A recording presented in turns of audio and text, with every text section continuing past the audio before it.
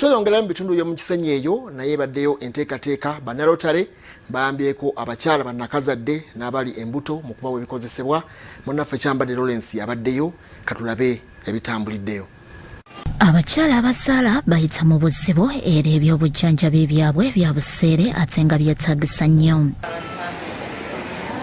Ku ddwaliro erya Kisenyi Health Center 4 mu Kampala erya KCC erikola ku bakyala abawerako era leero aba Rotary ettabi ery'essonde badduukiridde bamaama n'ebikozesebwa.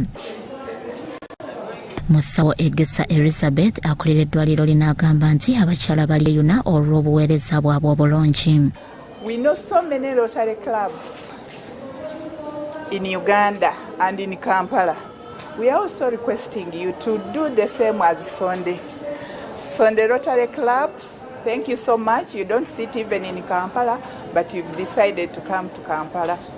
Thank you so much. Konima gomu masaba akuliddemu abadduukirize annyonnyodde lwaki balonze Kisenyi Health Center form. Kati wano wetwalaba nti engeri gye balina bamaama bangi bazaalisa bamaama nga 3 ate nga balina bali awantu awali abantu abangi abatalina buyambi ne tulowooza nti nabo beetaaga obuyambi kubanga ffe ng'aba Rotary tetukola only gye tubeera.